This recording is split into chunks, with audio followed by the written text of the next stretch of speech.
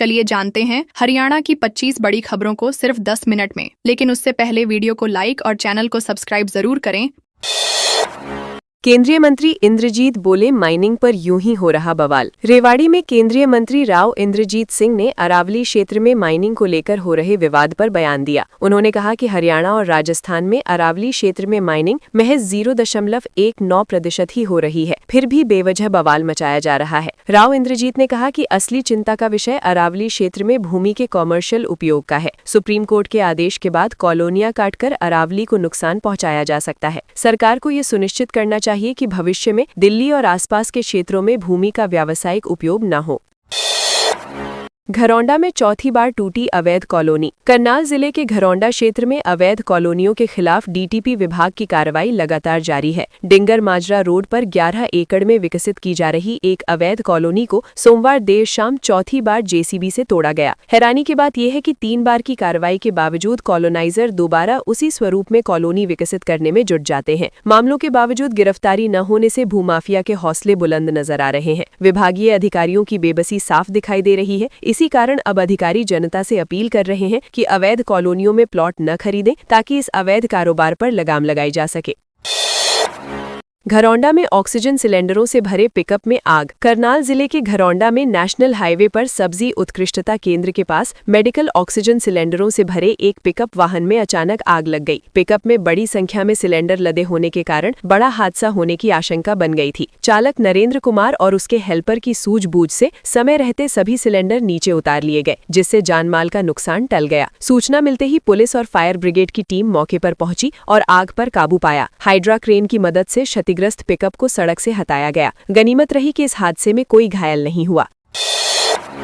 हरियाणा में विज के विभाग में 1500 करोड़ का घोटाला। हरियाणा के श्रम मंत्री अनिल विज के विभाग में करीब 1500 करोड़ रुपए के घोटाले का मामला सामने आया है। अनिल विज खुद इस पूरे प्रकरण की निगरानी कर रहे थे। शुरुआती जांच में बोर्ड सदस्यों की नियुक्ति और निर्माण श्रमिकों को योजनाओं का लाभ देने में गंभीर गड़बड़ियां पाई गई। विज ने मुख्यमंत्री नायब सिंह सैनी को पत्र लिखकर मामले की किसी स्वतंत्र और सक्षम जांच एजेंसी से जांच कराने की मांग की है। जांच में खुलासा हुआ कि ये गड़बड़ी प्रदेश के 6 जिलों में फैली हुई है। मामले की गंभीरता को देखते हुए विभागीय स्तर पर तुरंत कार्रवाई शुरू कर दी गई है और आगे की जांच जारी है।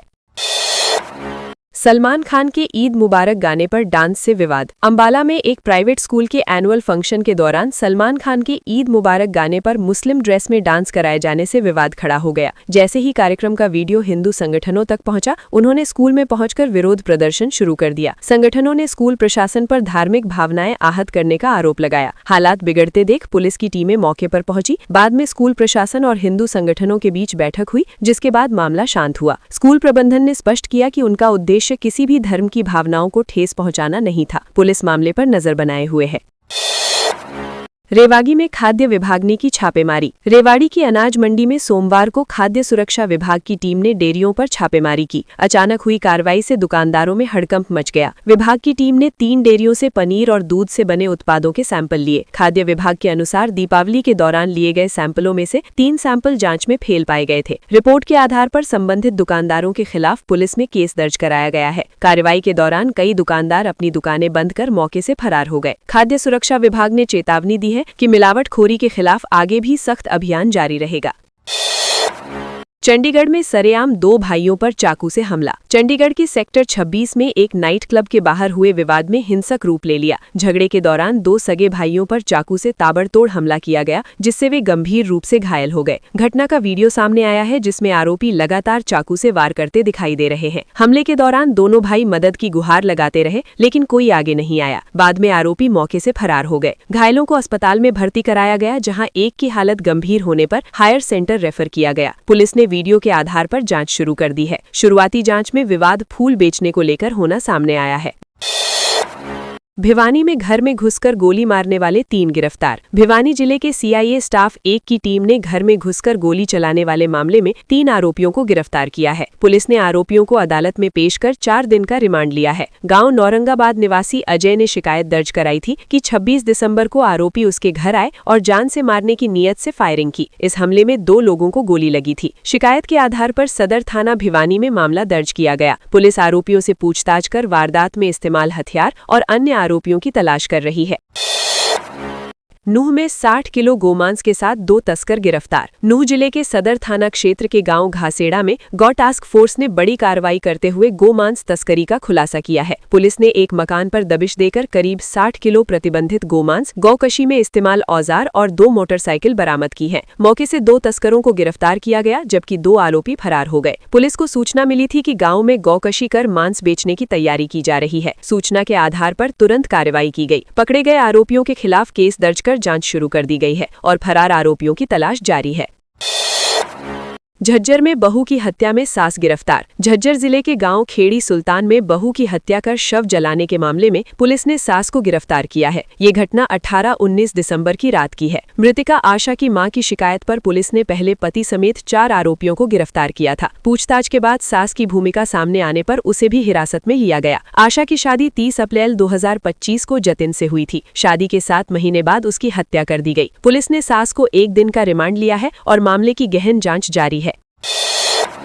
विकसित गुरुग्राम महारैली की तैयारियां पूरी। मंगलवार को आयोजित होने वाली विकसित गुरुग्राम महारैली की सभी तैयारियां पूरी कर ली गई हैं। इस महारैली में मुख्यमंत्री नायब सिंह सैनी मुख्य अतिथि के रूप में शामिल होंगे। सोमवार को विधायक पहलवान मुकेश शर्मा और उपायुक्त अजय कुमार ने आयोजन स्थल कंपनी बाग का निरीक्षण कर मंच, सुरक्षा, यातायात और बैठने की व्यवस्थाओं का जायजा लिया। विधायक मुकेश शर्मा ने बताया कि नए साल के अवसर पर मुख्यमंत्री गुरुग्राम को कई बड़े विकास प्रोजेक्ट की सौगात देंगे। इस दौरान करीब 2 दर्जन परियोजनाओं का शिलान्यास और उद्घाटन होगा, जिनमें 15 से 16 अत्यंत महत्वपूर्ण विकास कार्य शामिल हैं। इन परियोजनाओं से शहर के समग्र विकास को नई दिशा और गति मिलने की उम्मीद है।